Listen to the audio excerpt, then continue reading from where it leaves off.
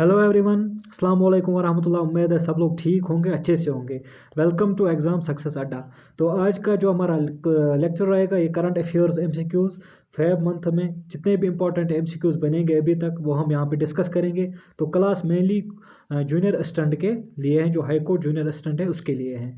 तो इनकी dates exam dates आ चुकी हैं। तो एक्चुअली मैंने जो एमसीक्यू बुक बनाई थी वो अप्रैल 2024 टू जैन 2025 तक ही बनाई थी। इन्हीं मंथ्स के एमसीक्यूज मैंने बनाए थे।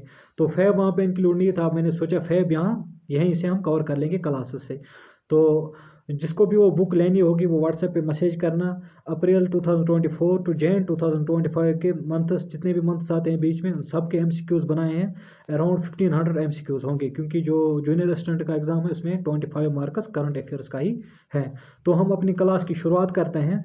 तो हमारी स्क्रीन पे पहला एमसीक्यू आ चुका है। तो पहला एमसीक्यू क्या है हमारे पास? Which city is the host of first Raisina Middle East conference. बोलते हैं जो नीचे दिए गए ऑप्शंस में से किस सिटी ने रायसीना मिडल ईस्ट कॉन्फ्रेंस को होस्ट किया है। अगर हम इसकी बैकग्राउंड की रायसीना मिडल ईस्ट कॉन्फ्रेंस की बैकग्राउंड की बात करेंगे, इस करंट अफेयर की बैकग्राउंड की बात करें तो जो रायसीना है, रायसीना मिडल ईस्ट कॉन्फ्रेंस ये 28 जनवरी एंड 29 जनवरी को हो चुकी है 2025 में। कब? 28 जैन 29 जैन 2025 इसकी डेट है, क्योंकि वहाँ पे मत वो डेट पूछ सकते हैं। ठीक। और ये कहाँ पे हुई? ये हुई यूएई में, यूनाइटेड अरब अमीरेट्स में। तो इस पे ऑप्शंस में है अबू धाबी, रियाद, कायरो, तो बीरो। तो इसका जो करेक्ट ऑप्शन है वो है अबू धाबी। और अगर हम और डीप इसमें जाएंगे तो इंडिया से भी एक चीफ गेस्ट गया था इस क्या बोलते हैं इसको, रायसीना मिडल ईस्ट कॉन्फ्रेंस में। तो वो था एक्सटर्नल अफेयर्स मिनिस्टर, जो चीफ गेस्ट गया था इंडिया से। External affairs minister of India वो गया था वहाँ पे कॉन्फ्रेंस में। तो हमारा एक्सटर्नल अफेयर्स मिनिस्टर कौन है? Doctor S Jaishankar. S Jaishankar ने इसमें पार्टिसिपेशन की थी। तो ये भी पूछ सकते हैं वहाँ पे, इसलिए मैंने ये डिटेल में बोला। तो हम आगे चलते हैं अपने दूसरे एमसीक्यू के ऊपर। House hold consumption expenditure survey is published by which ministry. हमारे पास क्या क्वेश्चन है? जो house hold consumption expenditure survey है जो होती है उसको कौन सी मिनिस्ट्री पब्लिश करती है?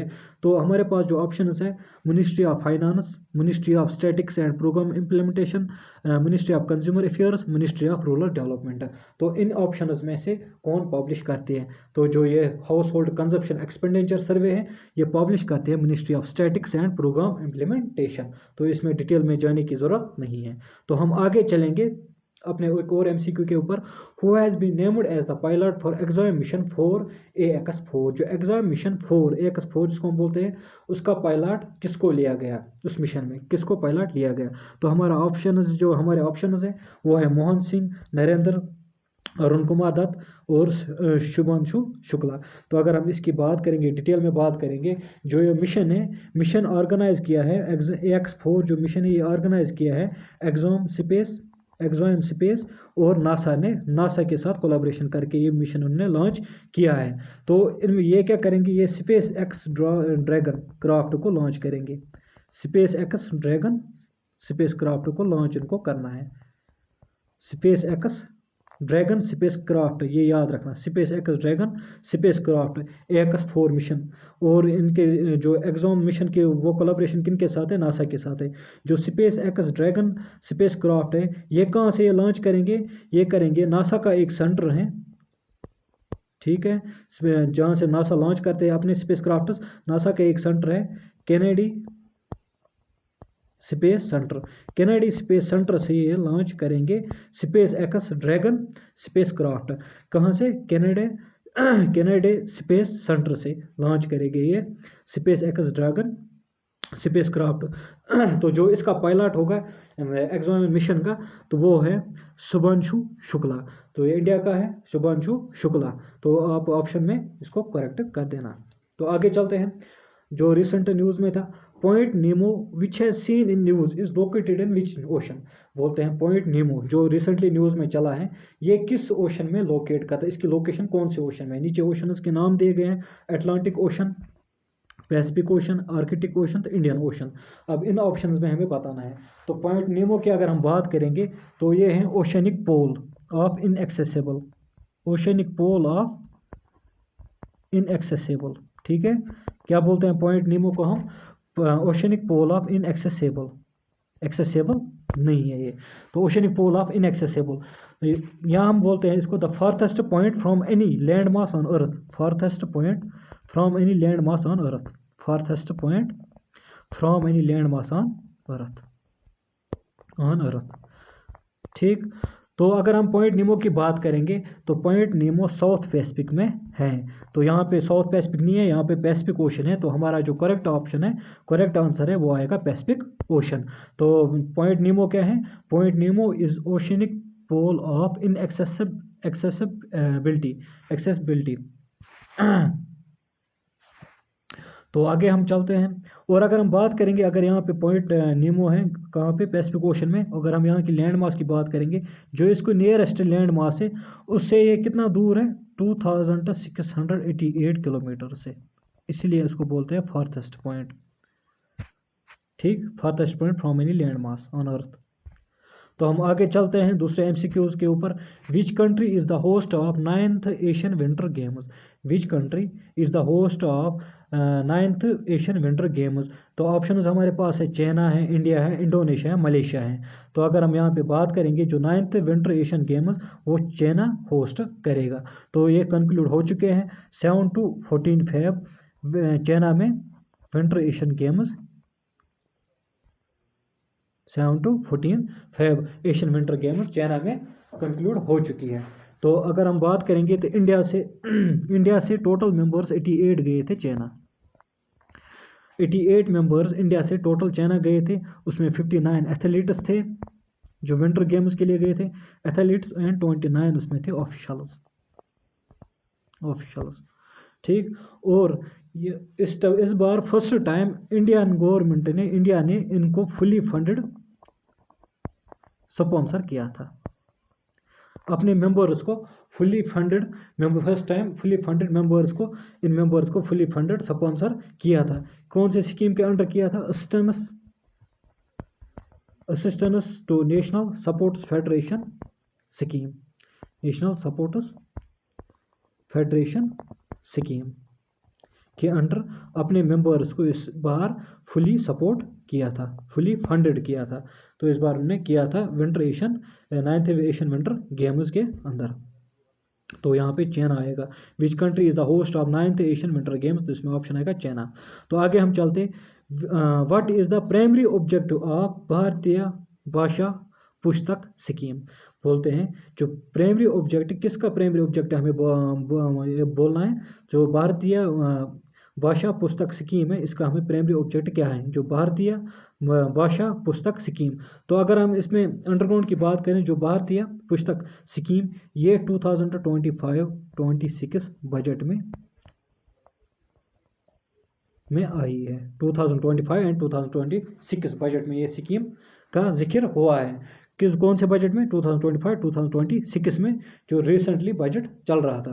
तो अगर हम इसकी बात करें, जो इसका प्राइमरी ऑब्जेक्टिव है providing digital text books in Indian languages, providing digital text books in Indian language, ये इसका करेक्ट आंसर है। तो भारत भाषा पुस्तक स्कीम 2025-26 बजट में आई है, ये आई है। तो इसका जो करेक्ट ऑप्शन है वो है providing digital text books in Indian languages.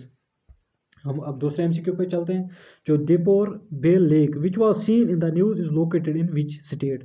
जो दीपोर बेल लेक है, which was seen in the news is located in which state? तो इसका जो करेक्ट ऑप्शन है वो आसाम है। कि अगर आपने लेक्स पढ़ा होगा तो आपको वहाँ से भी ये पढ़ सकते हो, मगर ये न्यूज़ में रिसेंटली इसलिए था क्योंकि वहाँ पे एक 3rd एनुअल फेस्टिवल सेलिब्रेट किया गया, 3rd annual Deepor winter birding festival, Deepor winter birding festival celebrate किया गया।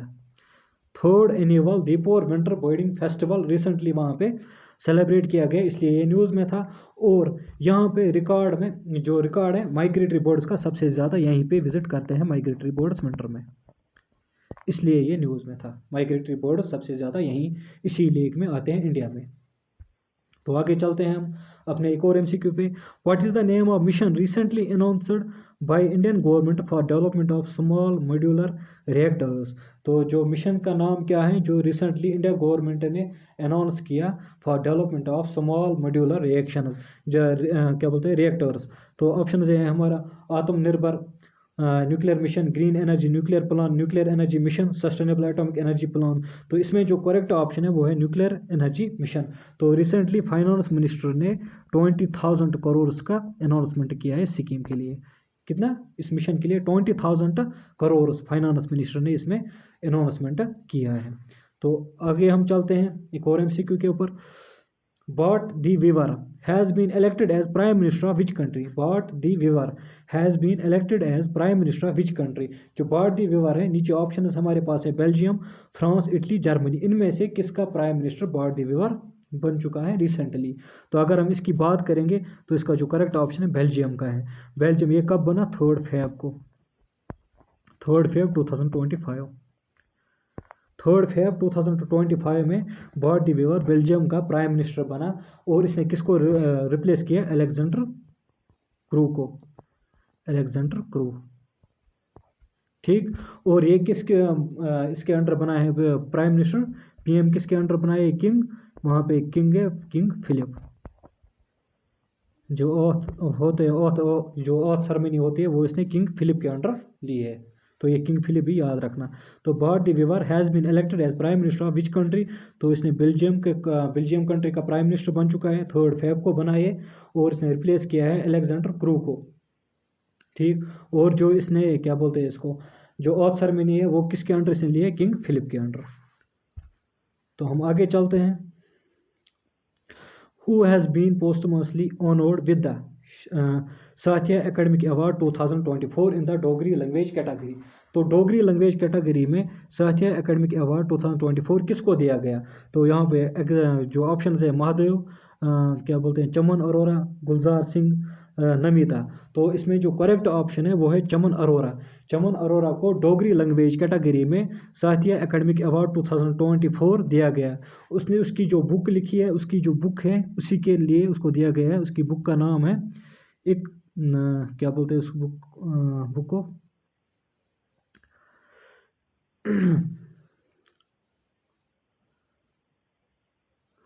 उसकी बुक का नाम जो है एक और अशुथामा, शायद ये डोगरी में लिखा हुआ है अशुथामा।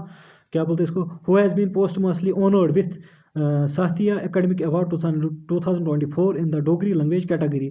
तो ये अवार्ड चमन अरोरा को दिया गया। और कौन से उसकी जो बुक लिखी हुई थी एक और अशुथामा, उस बुक का नाम था, उसी के लिए उसको ये दिया गया डोगरी लैंग्वेज लिटरेचर में। तो हम आगे चलेंगे अपने एक और एमसीक्यूज में। So what is the name of the joint airborne exercise conducted by the Indian Army and the Indian Air Force in Feb 2025? Recently Indian Army and Indian Air Force ने एक एक्सरसाइज एक साथ conduct की Feb 2020। बोलते हैं उसका नाम क्या है? ऑप्शन है एक्सरसाइज विंगड रेडर्स, एक्सरसाइज गगन शक्ति, एक्सरसाइज युद्ध अभ्यास, एक्सरसाइज वायु शक्ति। तो जो करेक्ट ऑप्शन है वो है एक्सरसाइज विंगड रेडर्स। तो इस एक्सरसाइज में क्या क्या इसमें इन्वॉल्व किया गया? एयरबॉर्न इंसर्शन टेक्निक्स, याद रखना, एयरबॉर्न इंसर्शन टेक्निक्स को यूज किया गया, इन्वॉल्व किया गया एयरबॉर्न इंसर्शन टेक्निक्स, क्योंकि ये एमसीक्यूज कहीं से भी डाल सकते हैं, एयरबॉर्न इंसर्शन टेक्निक्स। और इसमें क्या यूज किया गया? इसमें जो है fixed wing and rotatory wing aircraft को यूज किया गया। Fixed wing and rotatory wing aircraft को यूज किया गया इसमें। तो what is the name of the joint airborne exercise conducted by the Indian Army and Indian Air Force in Feb 2025? तो जो इसका करेक्ट ऑप्शन है वो है एक्सरसाइज विंगड रेडर्स। और जो द एक्सरसाइज इंक्लूड, जो इसे एक्सरसाइज थी the exercise include airborne insertion techniques, याद रखना, एयरबॉर्न इंसर्शन टेक्निक्स को यूज किया गया इसमें। और using fixed wing and rotatory wing aircraft, क्या हुआ इसमें? Fixed wing and rotatory wing aircraft को यूज किया गया इसमें। तो हम एक और एमसीक्यू के ऊपर चलेंगे। Which city is the host of IIAS DARPG Indian conference 2025? किस सिटी ने होस्ट किया IIAS DARPG Indian conference 2025। अगर हम इसकी बात करेंगे तो ये कहाँ पे हुआ है, ये हुआ है भारत मंडपा न्यू दिल्ली। जो एग्जैक्ट लोकेशन है भारत मंडपा न्यू दिल्ली। कहाँ पे हुआ है ये, IIS DARPG Indian conference 25 Bharat Mandapam new Delhi. तो यहाँ से ऑप्शन में करेक्ट ऑप्शन है भारत मंडपा न्यू दिल्ली। अब जो डेट्स है वो कब से 10 फेब टू 15 फेब तक ये कॉन्फ्रेंस चली है, 10 फेब टू 15 फेब। तो इसकी इनाग्रेशन किसने की है, इसकी इनाग्रेशन की है union minister doctor Jitendra Singh ने। जितेंद्र सिंह जो हमारे पास यूनियन मिनिस्टर है डॉक्टर जितेंद्र सिंह, उसने इस IIS DARPG Indian conference 2025 जो 10 फेब से 15 फेब तक हुई है, तो इसने इसकी इनाग्रेशन की है। ठीक, अगर हम IIAS एंड दारब जी ये जो एब्रीवेशन है इनकी फुल फॉर्म अगर हम देखेंगे तो IIAS का मतलब क्या है, international institute of administrative science, international institute of administrative science. और दारब जी की फुल फॉर्म क्या है, department of administrative reforms and public grievance. ठीक, तो ये गई इसकी फुल फॉर्म। तो इसका जो ऑप्शन करेक्ट ऑप्शन है वो है न्यू दिल्ली। तो आगे चलते हैं हम, who one the 2025 Chennai open tennis men's single title. बोलते हैं who one the 2025 Chennai open tennis men's single title, किसने जीता। तो ऑप्शन है कैरन जैकॉट, इलियास डेलिबोर, तो बिली हारिस। तो इन ऑप्शंस में से किसने 2025 Chennai open tennis men's single title जीता। तो अगर हम इसकी बात करेंगे तो वो जीता है कैरन जैकॉट ने। तो उसके जो अपोजिट था वो था इलियास यमर को हराया, तो कैरन जैकॉट ने ये जीता। तो अगर हम इसकी बात करेंगे तो ये कब शुरू हुआ था, ये चेन्नई में शुरू हुआ था। कहाँ पे, चेन्नई में, जो ये सिंगल टाइटल है। हेल्ड फ्रॉम 3 to 9 फेब, जो डेट है वो है 3 to 9 फेब 2025। कैरन जैकॉट जो है वो विनर है। और जो ये शुरू हुआ था कहाँ पे, ये कहाँ पे हुआ है, चेन्नई ओपन टेनिस, चेन्नई में हुआ ये। और 3 to 9 फेब इसकी डेट है जहाँ पे ये हुआ है। तो और अगर हम स्टेडियम की बात करेंगे तो स्टेडियम कहाँ पे था, सदत टेनिस स्टेडियम नुंगमबक्कम तमिलनाडु, नुंगमबक्कम तमिलनाडु में स्टेडियम है, वहाँ पे ये फाइनल कंक्लूड हुआ। तो आगे चलते हैं हम, exercise cyclone 2025 is conducted between India and which country. क्या बोलते हैं यहाँ पे, exercise cyclone 2025 is conducted between India and which country. तो ऑप्शन है मालदीव्स, ऑस्ट्रेलिया, इंडोनेशिया, तो इजिप्ट। तो अगर हम साइक्लोन की बात करें 2025 एक्सरसाइज साइक्लोन, तो ये 3rd एडिशन एक्सरसाइज थी, 3rd एडिशन।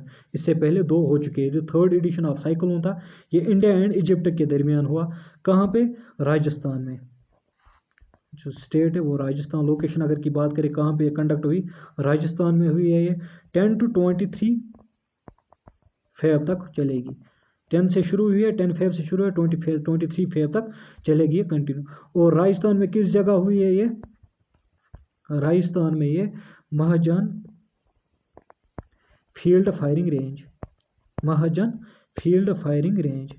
तो ये भी याद रखना, फील्ड फायरिंग रेंज, महाजन फील्ड फायरिंग रेंज में ये एक्सरसाइज कंक्लूड हुई है। एक्सरसाइज साइक्लोन को कहाँ 2025 conducted between India and which country. तो इसका जो करेक्ट ऑप्शन है वो है इजिप्ट।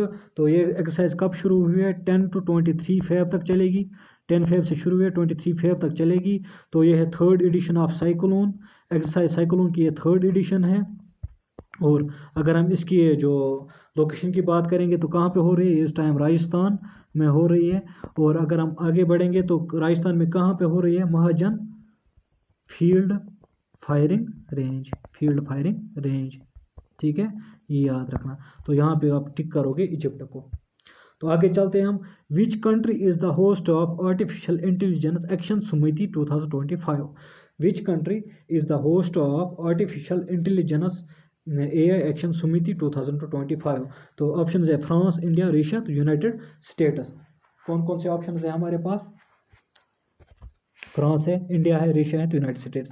अगर हम इसकी बात करें जो ये समिति हुई है ये फ्रांस में हुई है। कहाँ पे, France hosted the third AI समिति, AI एक्शन समिति 3rd समिति 2025। थर्ड एआई एक्शन समिति फ्रांस में हुई 2025 की। ठीक, और इसकी जो थीम थी वो थी to promote global promotion in AI development, promote global corporation in AI development, ये इसकी थीम थी, to promote global corporation in AI development. और इसके जो मेहमान थे इंडिया से, जो चीफ गेस्ट थे वो थे पीएम मोदी। पीएम मोदी थे, उसने कब विजिट किया? 11 फेब को, 11 फेब 2025। और जो ये समिति चली, ये चली 10 to 11 फेब। पीएम मोदी ने विजिट किया 11 फेब को, फिर पीएम मोदी विजिटेड 11 फेब। ठीक, तो आगे हम चलते हैं। और पीएम मोदी ने अनाउंसमेंट की पीएम मोदी ने कि जो अगली अब होगी आर्टिफिशियल इंटेलिजेंस एक्शन समिति, जो अगली अब होने वाली है वो हम कंडक्ट करेंगे इंडिया में। कहाँ पे? इंडिया में। जो अगली समिति होगी इसकी वो इंडिया में होगी अब। तो यहाँ पे फ्रांस को टिक करना, पेरिस में।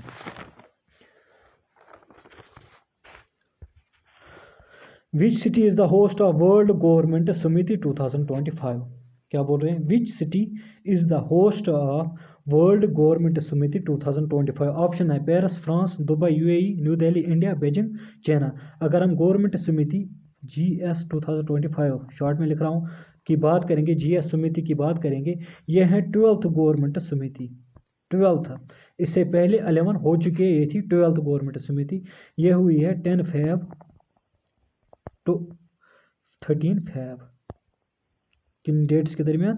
10 फेब to 13 फेब तक गवर्नमेंट समिति 2025 हुई। मगर ये थी 12th, जो इस साल 2025 में गवर्नमेंट समिति हुई है 12th समिति। इसका मतलब है 11th इससे पहले हो चुके हैं, और इसकी जो डेट्स है वो है 10 फेब to 15 फेब। तो अगर हम आगे बात करेंगे, इसकी जो थीम थी शेपिंग फ्यूचर गवर्नमेंट। अगर हम इस समिति की बात करेंगे, शेपिंग फ्यूचर गवर्नमेंट, तो ये कहाँ पे हुई है? इसको किसने होस्ट किया? इसको दुबई यूएई में इसको होस्ट किया है। मगर इसको ऑर्गेनाइज किया है नॉन गवर्नमेंट ऑर्गेनाइजेशंस ने, organised by non government organisations, NGOs ने, organised by non government organisation. तो इसको किसने फाउंड किया है? फाउंडेड बाय, इस समिति को फाउंडेड बाय शेख मोहम्मद बिन रशीद इन 2013।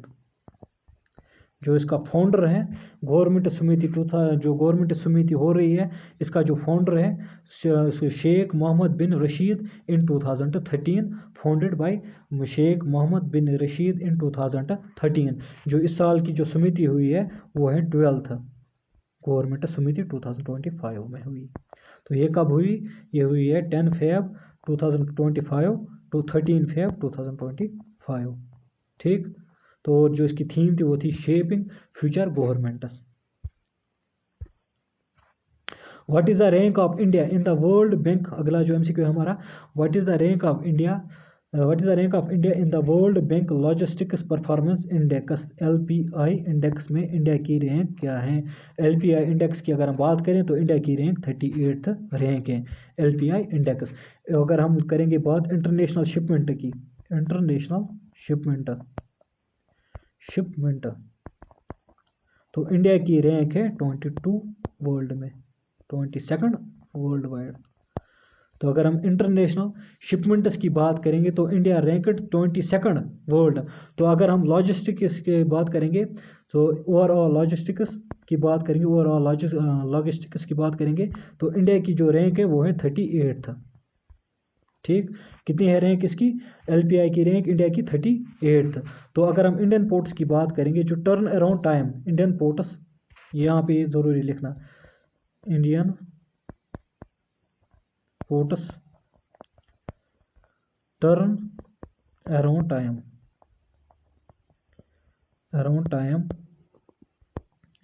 वो है 0.9 डेज। ये इंपॉर्टेंट पॉइंट है, याद रखना। जो इंडियन पोर्ट्स का टर्न अराउंड टाइम है वो है 0.9 डेज। तो अगर हम इसकी एलपीआई की बात करेंगे, एलपीआई की बात अगर हम करेंगे, जो लॉजिस्टिक्स परफॉर्मेंस इंडेक्स है इंडिया का, वो है 38। अगर हम करेंगे बात तो शिपमेंट की, इंटरनेशनल शिपमेंट की बात करें तो इंडिया की रैंक है सेकंड 22।